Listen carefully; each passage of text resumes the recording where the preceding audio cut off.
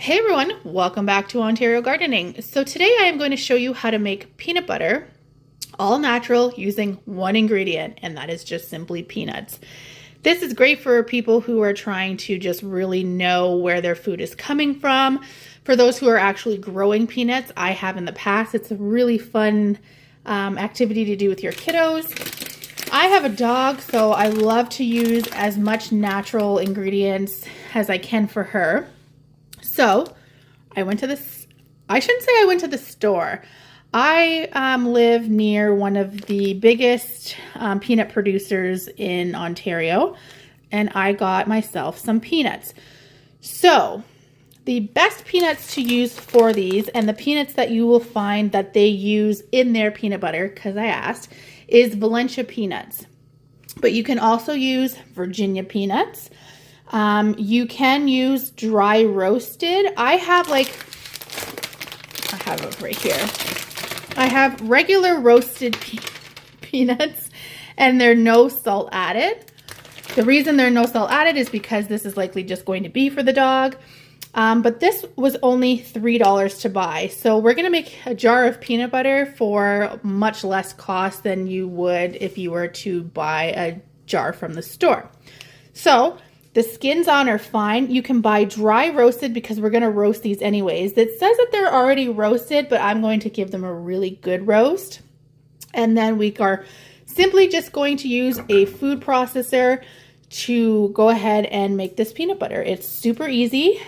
First thing we're going to do is we are going to grab a pan, get it nice and hot, and we're going to toast these and toast them really good.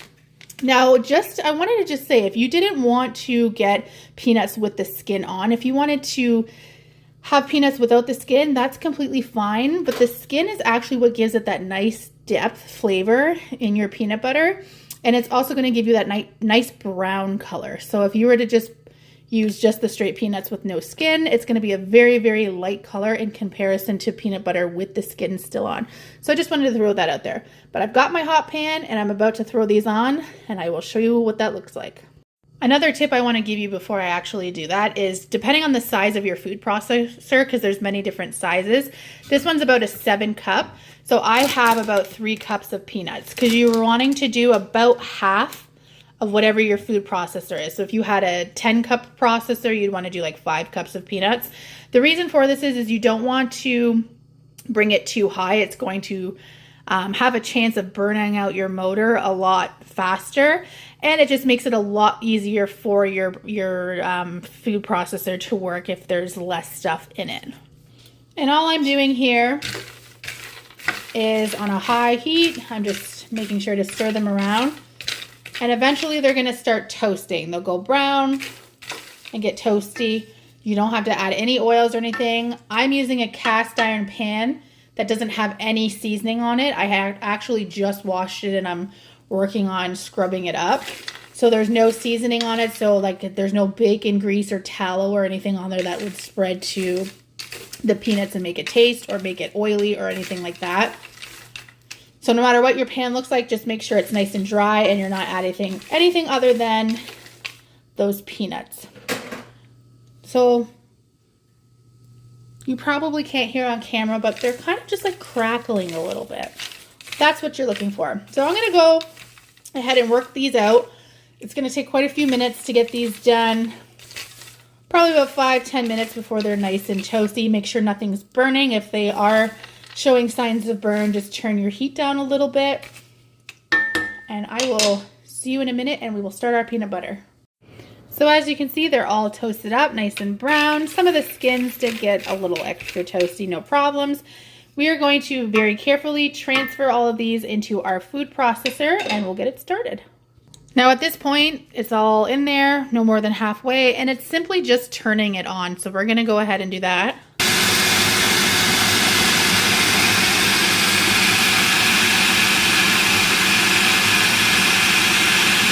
So as you can see, it's going through and it's grinding up. I would suggest about every 30 seconds to a minute, just turn your machine off when it's very first starting until it gets that creamy consistency. just to give your machine a break. You don't want this overheating and conking out on you, especially if you have an older one. Mine's a couple years old now. It's just a really cheap, like $20, $30 one, so I don't want to bust it over some peanuts. So I'm going to keep going, and you literally just keep going and keep going and keep going, and I will show you as we go along kind of what it looks like. Eventually it will make peanut butter, but I'll show you the steps just so you know that you're not doing anything wrong and everything's good. Okay, so it's been another minute, but I just want to show you guys something really quickly. Let's see if I can capture it here. See this? You see that there? How nothing is happening? You're going to burn out your motor doing that. So at this point, we're just going to crack our lid open, and we're just going to help out our food processor by moving this down, because we don't want opening the lid and just helping it out a little bit is not a big deal. This is still worth it in the end. So I've gone ahead and did that, and we're going to keep going. So at this point, it's been about 5 minutes. As you can see, it's gone from a nice soft crumble to a wet crumble. This is what we want to see. Your machine is probably fighting for its life at this point, so if it needs to, give it a rest. You can walk away and come back, no problems. But as you can see, it's starting to get wet. That means it's releasing the oils in the nuts. And we're going to keep going, and this is going to become peanut butter. So keep going. Okay, it's been a couple more minutes, and at this point, we are definitely at a peanut butter consistency. So to kind of recap on this, you were at a nice fine powder first. Then it went to almost a ball, similar to like a dough. But when you keep going, eventually those oils were released and come into a peanut butter.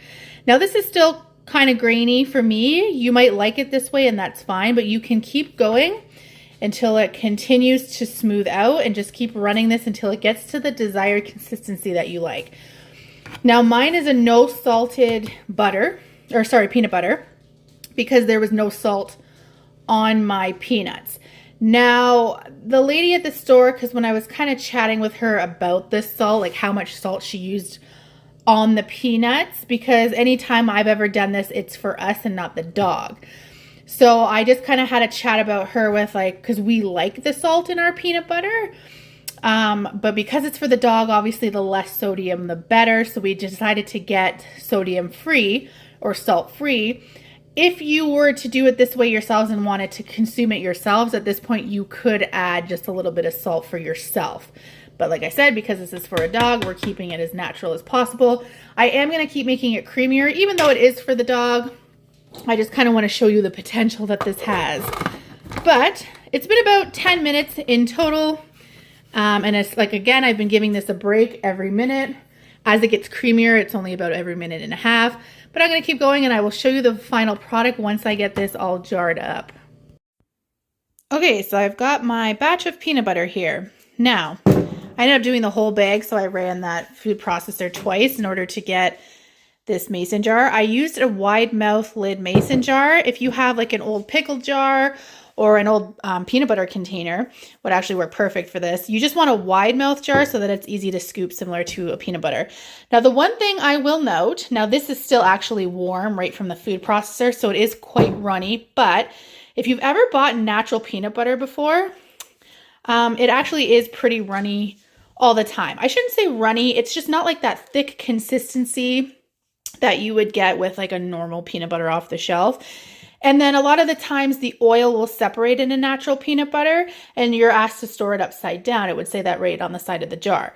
So just to note that this is going to be a little bit runnier than normal, but I actually store mine in the fridge to help with that. It doesn't really matter at the end of the day. I use it like to add into treats and stuff like that when I'm making homemade treats. You'll see a video for that later on.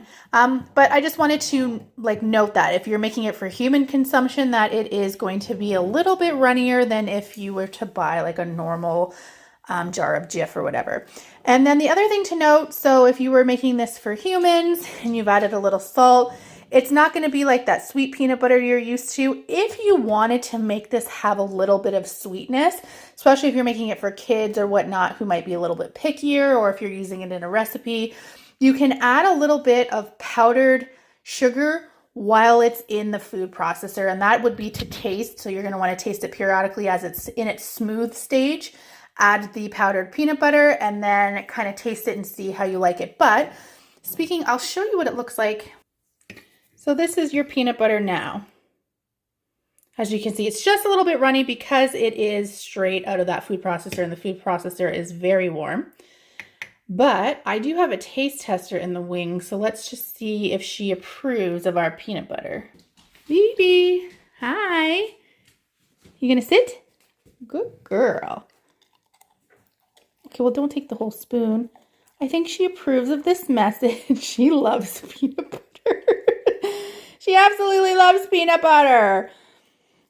And everybody in the comments who's gonna say how disgusting we're using the spoon. Like, we have a dishwasher. So anyways, thank you for joining us. We will talk to you later.